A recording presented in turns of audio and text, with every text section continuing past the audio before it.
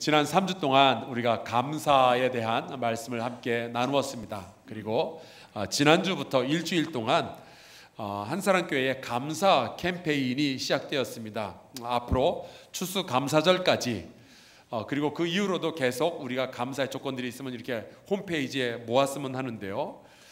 여러분 좀 많이 참여해 주시기 바랍니다. 전 세계 최초로 진행되는 감사 캠페인입니다. 혹시 여기에 참여해서 사진과 감사의 고백을 올리신 분들 한번 손들어 보시기 바랍니다. 많이들 하셨네요. 네, 감사합니다. 아직 못하신 분들 설마 감사의 조건이 없으신 건 아니죠? 여러분 감사의 조건이 많이 있을 텐데 아직 이게 익숙지가 않아서 잘 못하신 것 같은데 교회 홈페이지에 잘 안내가 있고 또 주변에 하신 분들이 있으니까 물어봐 가면서 여러분의 감사의 그 사진 그리고 그 사연을 함께 올려주셔서 우리가 많이 감사했으면 좋겠어요. 제가 목표로 삼는 것은 추수감사절까지 10,000개의 감사의 고백을 하나님께 올려드리는 것 충분히 가능할 것 같아요. 우리 성도들이 하루에 하나씩 꾸준히 올리면은 10,000개는 충분히 할 수 있을 것 같습니다. 어제까지 430개의 고백이 올라왔더라고요. 어떤 감사의 고백들이 올라왔을까요? 제가 몇 개만 보여드릴게요. 이런 게 있었습니다. 여름 교회 사역 보고 예배 후 진수성찬을 준비해 주신 성도님들께 정말 감사드려요. 너무나도 맛있는 저녁 식사 시간이었습니다. 지난 주일 저녁에 우리가 다음 세대를 축복하는 예배를 함께 저녁에 드렸습니다. 그 자리에 얼마나 감사한 일들이 많이 있었는지 몰라요. 우리 다음 세대가 나와서 자기 신앙 고백도 하고요, 성경 암송도 하고요, 또 올라와서 노래도 하고, 또 같이 앉아서 우리 어른들이 같이 축하해주고 또 격려해주는데 얼마나 감사한 시간이었는지 모릅니다. 더불어 그 예배가 다 끝난 다음에 오신 모든 분들이 전부 식사를 하실 수 있도록 저녁 식사가 제공이 되었습니다. 우리 교육부 수고하시는 우리 장로님께서 그 모든 분에게 그 식사 대접을 하셨어요. 얼마나 감사한 시간이었는지 모릅니다. 그런가 하면은 이러한 감사 고백도 올라왔습니다. 아파서 먹지 못하다가 다시 먹을 수 있음에 감사. 사진에 보니까 간장하고 죽이 올라왔어요. 아마 그동안 너무 아파서 식사를 제대로 못 하셨던 것 같아요. 그러다가 처음으로 이제 죽을 먹을 수 있게 됐는데 그거를 감사하신 거예요. 여러분 믿음이 있는 자의 눈에는 감사의 조건들이 이렇게 보이는 거예요. 감사는 소유로 하는 것이 아니라 시야로 하는 겁니다. 또 이런 감사도 있었어요. 지난주에 저희 한사랑교회에서 후원하는 정하신 선교사가 늦게 결혼을 하더니 드디어 아기를 가졌어요. 그래서 배가 남산만해져가지고 선교지에서 이제 한국으로 들어왔습니다. 여기서 예배를 드렸는데 예배 시간에 설교 시간에 이 감사 캠페인에 대한 이야기를 듣고서는 가더니 당장 이 감사의 고백을 올린 거예요. 이렇게 올라왔어요. 절친한 친구 선주의 정성 가득한 선물, 곧 태어날 세미, 아기 그 아명이 그 세미인갑니다. 세미의 베넷저고리, 이불, 기저귀, 눈물 날 정도로 감동 감사. 그러면서 이 베넷저고리를 사진을 찍어서 올려왔습니다. 이런 것도 올라왔어요. 차가 다쳤어요. 사람은 안 다쳤어요. 감사합니다. 보세요. 어떤 상황이 닥쳐와도 감사할 사람은 감사한다니까요. 우리가 눈만 잘 뜨면요, 감사할 조건은 사방에 널려 있습니다. 저는 이렇게 힘든 상황 속에서도 오히려 감사의 조건을 발견하는 이 시야를 가지신 분들이 너무 존귀하게 생각이 돼요. 혹시 이 가운데 그런 분들 계시다면요, 감사의 조건을 나 혼자서만 가지고 있지 말고 함께 이 홈페이지를 통해서 나눠주시면 좋겠어요. 그래야 동일하게 힘든 과정을 지나가고 있는 분들이 이 감사의 조건들을 같이 보면서 이런 분들이 이렇게 감사를 하는구나, 그러면서 힘도 얻고 본인에게서도 또 감사할 조건들을 찾지 않겠어요? 이게 우리 한사랑교회 사역이지만 이게 잘 돼서 10,000명이 넘어가면요, 제가 우리 한국교회에 같이 공개를 하려고 그래요. 여러분께서 계속해서 감사해 주시길 바랍니다. 저는 오늘 누가복음 17장에 나오는 10명의 문둥병자들의 이야기를 통해서 우리가 삶을 선물처럼 느낄 때 어떻게 해야 될지에 대해서 함께 말씀을 나누려고 합니다. 제가 자라오는 동안에 굉장히 유명한 역사적인 그 연설들을 많이 접할 수가 있었습니다. 아마 여러분들도 학교 다니실 때 그런 그 전설적인 아주 뛰어난 연설문들을 접하신 적이 있었을 거예요. 우선 여러분 잘 아시는 링컨 대통령의 그 게티스버그 그 연설이 있죠. 아마 여러분 지금도 기억하실 겁니다. That government of the people, 그 다음에 by the people, 그 다음에 for the people, shall not perish from the earth. 국민에 의한, 국민을 위한 정부는 이 땅에서 사라지지 않을 것입니다. 어떻게 멋있죠? 제가 해도 멋있지 않아요? 링컨이 직접 할 때 얼마나 멋있었을까 생각해 봅니다. 또 저 유명한 마틴 루터 킹 주니어 목사님의 그 유명한 연설이 있죠. I have a dream today. 목소리도 비슷하지 않아요? 살짝 떨리면서 오늘 나는 꿈이 있습니다. 이 연설도 굉장히 유명하죠. 근데 미국 사람들이 기억하는 그 명연설들 가운데는 정치인이나 혹은 종교인, 우리 목사님들이 한 연설 말고도 운동선수들의 연설들이 있더라고요. 그분들이 그것을 기억하고 추억하고 그런 것을 제가 보았습니다. 제가 미국에서 목회할 때 저의 목회를 정말 헌신적으로 도와줬던 분들 가운데 레리 프리맨이라는 분이 있었어요. 이분은 가스회사를 운영하는 사장님이면서 동시에 교회에서 오르간 반주를 해주시던 분인데 키가 한 190 정도 되는 아주 굉장히 키도 큰 분이었습니다. 근데 이분이 그 야구팀들 가운데 뉴욕 양키즈라는 야구팀이 있는데 거기에 광팬이었어요. 그런데 이분이 한 번은 저에게 그 뉴욕 양키스의 일루수로 활약했던 루 게릭이라는 선수의 연설 이야기를 저에게 해주었습니다. 이 루 게릭 선수는요, 이 양키즈 그 야구팀에서 자그마치 2130게임을 한 번도 빠지지 않고 연속으로 뛴 것으로 유명해요. 보통 한 시즌에 이 프로 야구단이 160게임 정도를 소화를 하는데 2130게임이면요 13년 동안 한 게임도 빠지지 않고 전부 출장을 한 거예요. 여러분 이게 얼마나 대단한 공간이, 우리나라에서 제일 야구를 잘한다는 그 추신수 선수도요 가끔 빠져요. 뭐 팔꿈치가 아프다, 뭐 몸살에 걸렸다, 컨디션이 안 좋다 그러면서 빠져요. 우리나라 강정호 선수는 술 마시고 운전하다가 지금 출전 못하고 있잖아요. 이런 일들이 일어나고 있는데 13년 동안 한 게임도 빠지지 않고 전부 뛰었다라는 것은 그만큼 야구 실력도 출중하지만 동시에 성실하고 감기도 잘 안 걸리는 아주 그 강철 같은 체력을 지녔다라는 이야기입니다. 이 사람의 별명이요 아이언 호스, 철마예요. 철마. 얼마나 강한 체력을 가지고 이렇게 운동을 했으면 그랬겠어요. 그런데 게다가 이 사람 사진을 보세요. 놀라운 것은 너무 잘생겼어요. 이 영화배우보다 훨씬 잘생긴 것 같아요. 제가 저 사람 사진 보고 깜짝 놀랐어요. 거울 보는 것 같아서. 죄송합니다. 죄송합니다. 근데 저 선수가 37살 되었을 때, 37이면은 야구 선수로는 진짜 무르익을 대로 무르익은 거거든요. 그때 저 선수가 끔찍한 병에 걸리게 됩니다. 그 병명이 뭔지 아시겠어요? 루 게릭 병입니다. 저 사람이 아주 유명하니까 저 사람이 죽은 이후에 그 병명을 아예 저 사람의 이름을 따서 붙였죠. 근데 저 병이 이게 발견이 된 이후 그 진행이 하도 빨라가지고 몇 달 후에 죽을지 모르는 그런 상황이 되었어요. 몸이 약화되니까 당장에 저 선수는 이제 선수 생활을 그만둬야 했고, 하지만 그 양키즈 구단과 그 팬들은 이토록 열심히 했던 사람을 그냥 보낼 수 없다 그러면서 이제 감사하는 그런 그 잔치를 그 양키즈 그 운동장 야구장에서 이렇게 벌여줬습니다. 그 행사가 진행되다가 중간에 이 루 게릭 선수가 나와서 잠시 인사하는 시간이 있었어요.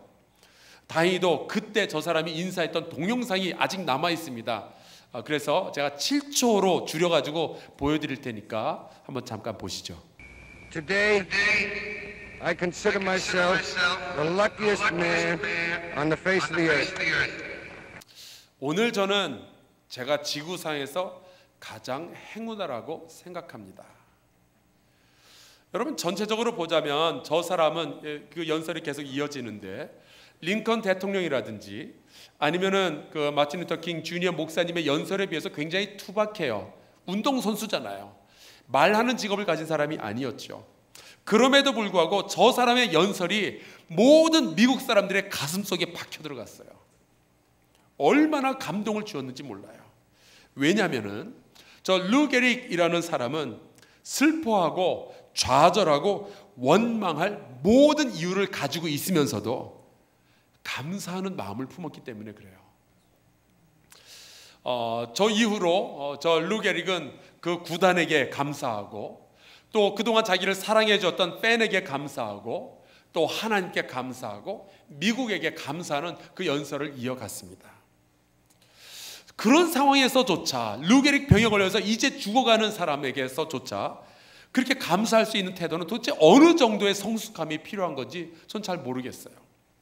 하지만 하나 확실한 것이 있다면은 정말 행운하는 그리고 정말 행복한 사람들은 우리에게 주어진 이 삶, 이 인생을 감사하는 마음을 가지고 살아가는 사람들인 거죠. 감사는요, 내게 주어진 바로 이 삶을 선물처럼 느낄 수 있는 능력이에요. 누가복음 12장에 보면은 어리석은 부자의 이야기가 나옵니다. 그런데 그 말씀이 이렇게 시작돼요. 예수께서 이렇게 말씀하셨어요. 한 부자가 그 밭에 소출이 풍성하매. 예수님은요, 그 부자가 그 밭의 곡식에서 그 소출을 뽑아내매 그렇게 이야기 안 하셨어요. 세상에 그 어느 누구 그렇게는 못하죠. 누가 벼 이상에서 알갱이를 뽑아낼 수 있겠어요? 벼 나다를 어떻게 뽑아내요? 벼가 내어주는 거죠. 땅이 이 소출을 내어주는 거죠. 밭의 소출은 그러니까 처음부터 선물로 주어진 거였어요.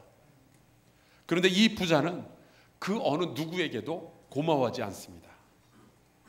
자기 밭에서 수고하며 농사를 지어주었던 소작농들이 있을 거 아니겠어요? 종들이 있을 거 아니에요?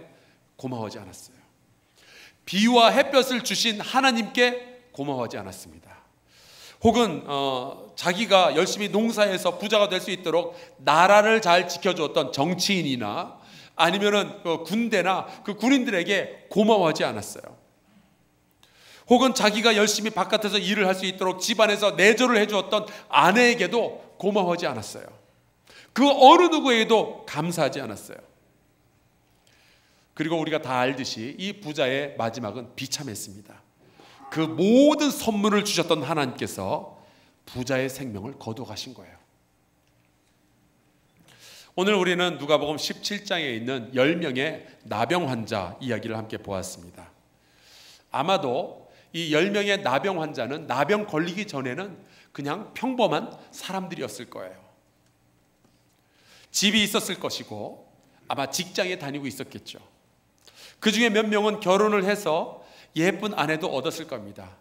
때로는 부부싸움 하기도 하고 지지고 볶고하는 일들도 있었겠지만 어쨌거나 아내가 있었겠죠. 그 중에 몇 명은 아마 자식들이 있었을 겁니다. 때로는 말도 안 듣고 공부도 안 하고 그래서 속상하기도 하지만 여전히 그 자녀들이 있었을 거예요. 평범한 삶을 누리던 사람들이었을 겁니다. 낮에는 직장이 있었고 밤에는 쉴 집이 있었고 어쩌면은 주말에는 친구들을 만나서 밥도 같이 먹고 놀기도 하고 그랬겠죠. 그러다가 이들이 나병이라는 무서운 병에 걸리게 되었습니다. 그때부터 비극이 시작되는 거예요. 오늘 말씀해 보니까 예수께서는 사마리아와 갈릴리 사이로 지나가시다가 한 마을에 이르렀다라고 하십니다. 우리는 그냥 성경 읽으면 갈릴리와 사마리아 사이로 지나가셨구나 생각하지만 여러분 2000년 전에 유대인들이 이 이야기를 들으면 그 동네 하고 딱 알 수 있었을 거예요. 왜냐하면 요즘도 우리가 그러거든요. 제가 중학교 고등학교를 미아리 있는 쪽에서 다녔는데요. 그 당시 여러분 미아리가 뭐로 유명했는지 아시겠어요? 점집. 그래서 뭐 미아리 다녀왔다 그러면 점 보고 왔나 보다 그렇게 생각할 정도였죠. 요즘은 여러분이 이태원 쪽으로 갔다 왔다 그러면은 뭐 하러 갔다 온 것 같아요? 거기에는 요즘 보니까 그 외국 식당들이 굉장히 많더라고요. 인도 음식, 뭐 파키스탄 음식, 뭐 그런 등등의 외국 음식들이 있어요. 그러면 거기 갔다 왔나 보다 생각을 하죠. 여러분 목동에 가면은 뭐가 유명할까요? 예, 한사람교회 감사합니다. 근데 목동은 그 학원이 유명하죠. 그래서 목동에서 산다 그러면 학원에 아이들이 다니겠구나, 우리 상상이 되잖아요. 예수님 당시에 사마리아와 갈릴리 사이 동네라는 뜻은요, 갈릴리에서도 살 수 없고 사마리아에서도 살 수 없는 사람들이 모인 동네라는 뜻이에요. 게다가 그 동네에 갔더니 나병 환자가 10명이 떼거리로 몰려다닐 수 있었습니다. 세상에 어느 마을이 나병 환자가 한 명도 아니고 10명씩 몰려다녀요? 그 말은 그 동네는요, 나병 환자들이 모여 사는 동네였다는 뜻이에요. 이 나병 환자가 한 명도 아니고 10명이 일제히 서서 예수님이 지나갈 때 예수님에게 소리를 지릅니다. 예수 선생님이여, 우리를 불쌍히 여기소서. 이 나병 환자들에게는 희망이라는 것이 없었죠.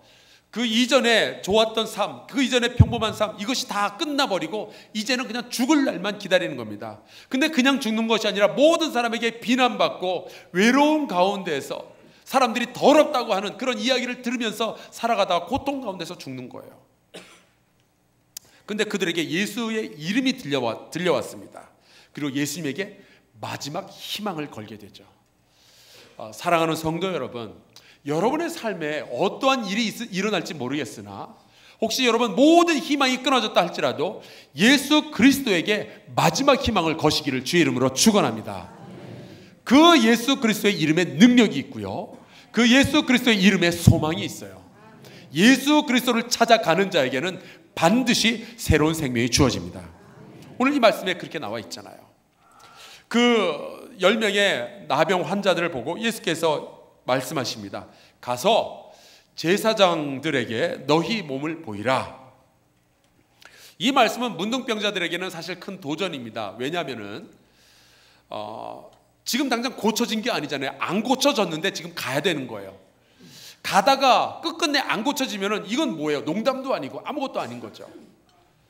그래서 굉장히 불안할 수 있었지만 이 나병 환자들은 시키는 대로 해요. 순종합니다. 근데 놀랍게도 이 순종의 과정에서 기적이 일어납니다. 여러분 혹시 기적을 꿈꾸시는 분들이 있다면은 순종을 먼저 생각하시기를 주의 이름으로 축원합니다. 기적을 원하신다면은 믿음과 순종의 걸음을 이 불신앙과 불순종의 세대 앞에서 걸어가야 할 필요가 있어요.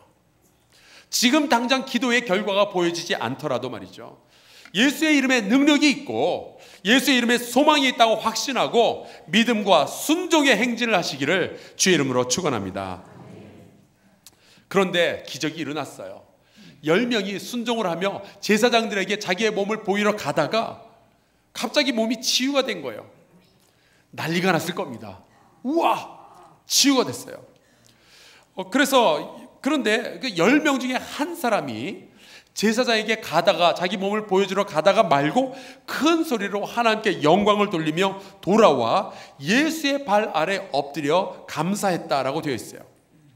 여러분, 그 고침을 받은 10명 가운데 기쁘지 않았던 사람이 있었을까요? 아니요, 다 기뻤겠죠.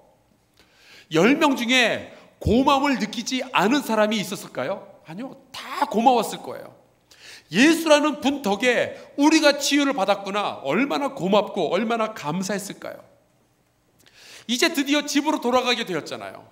이제는 더 이상 사람들에게 손가락질 받지 않아도 되잖아요. 이제는 더 이상 이 저주의 도시에서 외롭게 고통스럽게 살지 않아도 되니까요. 정말 감사하죠. 새로운 삶을 이제 살 수 있게 되었잖아요. 그런데 여러분, 오늘 말씀해 보면은 감사를 느끼는 것과 감사를 하는 것은 완전히 다른 이야기예요.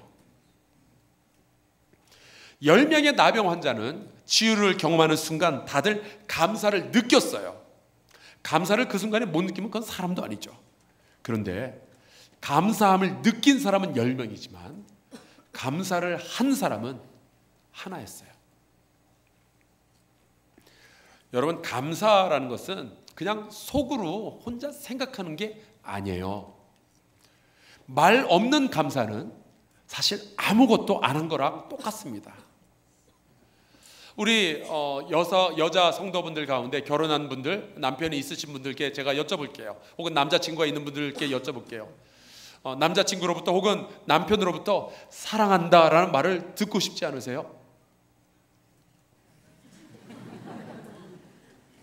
지나가겠습니다. 남편 여러분께 제가 말씀드리죠. 그걸 꼭 말해야 하나? 아니에요. 말해야 알아요. 봐요. 여러분, 남편 여러분, 아내에게 사랑한다는 말을 꼭 해주셔야 돼요. 힘들고 쑥스럽고 어색하고 창피하고, 근데 그거를 참고 말하는 그 태도를 보고 여성분들이 알게 되는 거예요. 이 남자가 진짜 나를 사랑하는구나. 오늘 꼭 그렇게 말씀하시길 바랍니다.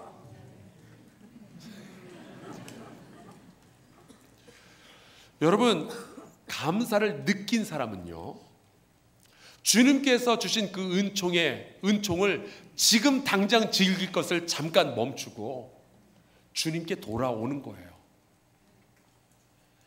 이 한 사람은 제사장에게 찾아가서 너는 이제 더 이상은 나병 환자가 아니다, 그 이야기를 얼마나 듣고 싶었겠어요.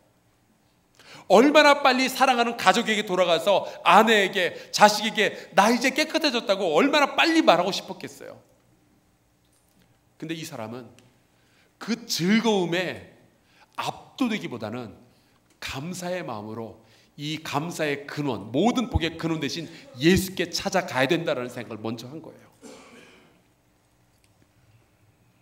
여러분, 감사는 마음만 가지고 하는 게 아닙니다. 반드시 나의 행동이 있어야 돼요. 나의 무언가를 내려놓고 주님께 나아가는 거예요. 근데 이 한 사람을 바라보면서 예수께서 하신 말씀이 굉장히 놀라워요. 10사람이 다 깨끗함을 받지 아니하였느냐? 내가 10사람에게 은혜를 베풀지 아니하였느냐? 그런데 그 9은 어디 있느냐? 이 이방인 외에는 하나님께 영광을 돌리러 돌아온 자가 없느냐?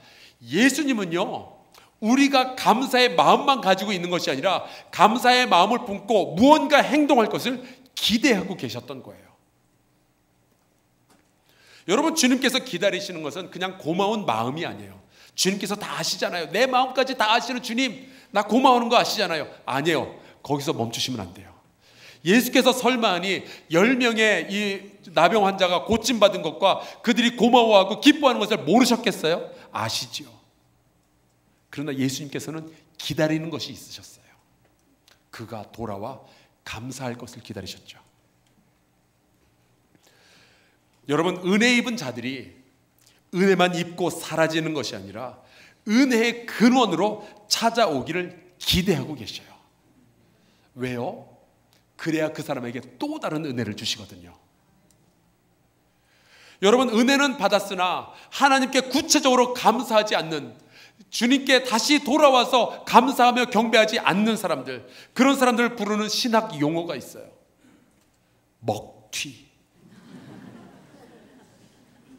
먹고 튀는 거예요. 그런 사람들에게는 두 번째 은혜가 없어요. 오늘 이 돌아왔던 사람에게는 두 번째 은혜가 있었어요. 여러분, 10명의 나병 환자가 모두 질병에서 구원받는 기적을 경험했잖아요. 근데 한 명만 하나님께 돌아와서 하나님께, 예수님께 감사를 하죠. 여러분, 나머지 9명은요, 삶을 드디어 선물처럼 느끼기 시작했어요. 나에게 주어진 아름다운 선물. 근데 거기까지예요. 결국 이들은 그 삶을 살다가 죽고 끝났을 거예요. 그러나 오직 한 사람, 주님께 돌아와서 감사했던 그 사람은 삶을 선물로 느꼈을 뿐만이 아니라 또 다른 삶을 선물로 받게 되었어요. 그것이 바로 구원이죠. 영원한 삶, 또 다른 은혜를 받게 된 거예요. 아마 나병에 걸린 10사람 다 정말 사람처럼 살고 싶었을 거예요. 이 나병에 걸려가지고 사람들한테 손가락질 받는 것이 아니라 떳떳하게 가족과 같이 맛있는 음식 먹으며 따뜻한 데서 자면서 사람답게 살고 싶었을 거예요. 그런데 정말 인간다움을 회복한 사람은 이 사마리아 사람 하나였어요. 다들 사람처럼 살고 싶었죠. 그런데 하나님 앞에서 사람처럼 살았던 사람은 오직 이 사마리아인 한 명밖에 없었어요. 유대인에게서 사마리아 사람은요, 살아있으나 죽어있으나 죽일 놈이에요. 사마리아인 굉장히 배척하고 싫어하고 그 사람들하고는 상종도 안 하려고 그랬죠. 그런데 그 사람에게 예수께서 이렇게 말씀하십니다. 일어나라, 일어나 가라. 내 믿음이 너를 구원하였느니라. 10명이 치유받았으나 오직 한 명만 구원을 받게 됩니다. 그게 감사의 능력이에요. 이 치유의 기적 이후에 10명의 삶은 어떻게 되었을까요? 그냥 평범한 삶으로 돌아갔을 거예요. 여러분 가만히 생각해 보면요, 이들은 치유 이후에 새로운 삶을 얻은 게 아니었어요. 원래의 삶으로 돌아간 거죠. 나병에 걸리기 전에는 이 원래의 삶, 평범한 삶이 얼마나 소중한지 몰랐었는데 그것을 잃어버리고 나병에 걸리고 나니까 이전에 살았던 그 삶이 얼마나 아름다웠는지를 그제 알았던 거예요. 근데 이제 치유가 됐으니까 그 소중한 삶을 다시 되찾게 되었잖아요. 삶을 선물로 받았잖아요. 고마움을 느꼈잖아요. 근데 거기까지였어요. 매일처럼 지지고 볶는 평범한 삶이 하나님 없이는 이어질 수 없는 은총이라는 사실은 알았으나 감사가 없었기 때문에 거기에서 그들은 끝이 나고 말았어요. 그러나 이 한 명, 예수께 돌아와서 감사했던 이 한 사람은요, 선물로 받은 그 삶 이외에도 영생이라는 또 다른 선물을 받게 되잖아요. 정말 놀라운 일이죠. 여러분, 살아가는 매일매일의 삶이 특별한 하나님의 은총이고 여러분의 곁에 계신, 지금 여러분의 곁에 앉아 계신 바로 그분들이 여러분의 아내와 여러분의 남편과 자녀와 부모와 교우들이 전혀 평범하지 않은 하나님의 특별한 선물이라는 사실을 믿으시기를 주의 이름으로 축원합니다. 그거를 꼭 빼앗겨 봐야만 아는 거 아니잖아요. 이미 내가 소유하고 있다면, 이미 내가 누리고 있다면, 그렇다면 우리가 어떻게 해야 될까요?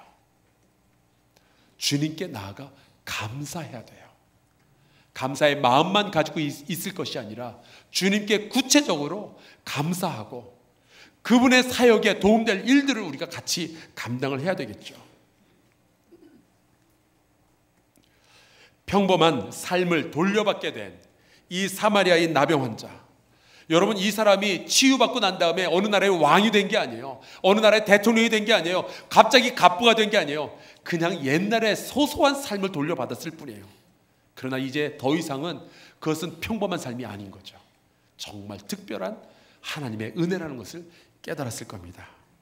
그게 감사의 능력이에요. 저는 아버지가 영화를 굉장히 좋아하셨기 때문에 어렸을 때부터 아버지랑 같이 주말이 되면은 뭐 주말극장, 명화극장 이런 것들을 텔레비전에서 하는 것을 참 많이 봤어요. 그 중에 하나 영화가 쉐난도라는 옛날 영화가 있습니다. 미국의 그 남북 전쟁을 배경으로 한 영화인데요. 이 영화에 보면은 여기도 되게 잘생긴 배우가 나오죠. 지미 스튜어트라는 배우가 주인공으로 나옵니다. 근데 이 영화에서 보면 이 주인공은 굉장히 고집이 센 사람이고 성격이 독특한 사람이에요. 특히 이 사람은 자존심이 강하고 독립심이 굉장히 강하고 자수성가형 부자 있죠. 그래서 그 어느 누구의 도움도 받지 않고 내가 혼자 다 할 수 있어 라는 그런 생각을 가지고 있어요. 그래서 누구에게도 의존하는 것을 굉장히 싫어하는 그런 사람이었습니다. 심지어 이웃뿐만이 아니라 하나님도 사실은 필요 없다, 나는 스스로 모든 일을 해결할 수 있다라고 믿는 사람이었어요. 다만 이 사람이 교회는 다니는 사람이라 이제 가족들과 같이 식사를 할 때는 가장으로서 이 사람이 이제 기도를 해요. 1년 365일 똑같이 매일같이 같은 기도를 했습니다. 그 사람이 이렇게 기도를 해요. 하나님, 이 땅은 우리가 개척했고요, 이 땅은 우리가 갈았고요, 우리가 씨를 뿌렸고 우리가 주스를 냈고 우리가 음식을 만들었습니다. 우리가 열심히 일했고 여기 있는 모든 것들은 다 우리가 만든 겁니다. 그래도 하나님, 감사는 해요. 모든 것을 내가 만들었는데 하나님, 당신은 사실은 필요 없지만 그래도 하나님이시니까 감사는 하겠습니다. 이제 그런 뜻이에요. 감사를 이런 식으로 하는 사람이니 이 사람이 불평하면 대단했겠죠. 그런데 어느 날 남북 전쟁이 일어납니다. 그리고 그 전쟁통에 이 사람은 모든 것을 다 잃어버리게 돼요. 그의 가족은 뿔뿔이 흩어지고 친척들이 남군과 북군으로 갈려서 서로 총을 쏘면서 싸우게 됩니다. 그리고 이 주인공의 딸은 아기를 낳다가 그만 죽게 돼요. 그리고 그의 아들 중에 하나는 젊은 군사가 실수로 쏜 총에 맞아서 죽게 돼요. 눈앞에서 자기 아들이 죽는 걸 본 거예요. 또 막내 아들은 전쟁 포로가 되어서 잡혀가지고 상대 군대에게 잡혀갑니다. 이렇게 그냥 막 망하고 있는 거예요. 그렇게 전쟁이 진행되던 어느 날 어떻게 해서 남은 식구들이 다시 한번 모일 수 있는 기회가 있었어요. 그래서 같이 모여서 또 식사를 하게 됩니다. 아니나 다를까 이 주인공이 또 식사 기도를 하게 됐어요. 근데 이 사람이 전쟁 전에도 1년 365일 하던 그 식사 기도 있잖아요. 그거를 시작을 합니다. 하나님, 이 땅은 우리가 개척했고 우리가 개건했고 우리가 씨를 뿌렸고, 근데 여기서부터는 이 사람이 목이 메어서 더 이상 얘기를 못하는 거예요. 빼앗겨 보니까 이제 안 거죠. 내가 아니었었다 하는 것은요. 그의 인생은 그가 스스로 개척해 왔고 나는 자수성가를 했다라고 생각을 했는데 그게 아니었다라는 것을 깨달은 겁니다. 그가 삶에 대해서 감사하기 시작한 것은 그가 굉장히 많은 것을 소유했을 때가 아니라 모든 것을 잃어버렸을 때였어요. 영화의 마지막 장면을 보면은 주인공이 예배당에 앉아서 이제 기도를 합니다. 근데 포로로 잡혀갔던 막내 아들이 돌아왔어요. 그리고 그 아들이 예배당으로 찾아옵니다. 그리고 예배당에서 아빠와 그 아버지와 아들이 만나고 서로 부둥켜 안고 울죠. 그리고 예배당을 나서면서 이 아버지의 입에서는 나지막히 찬송가가 하나 울려 나옵니다. 이 찬송가였어요. 만복의 근원 하나님.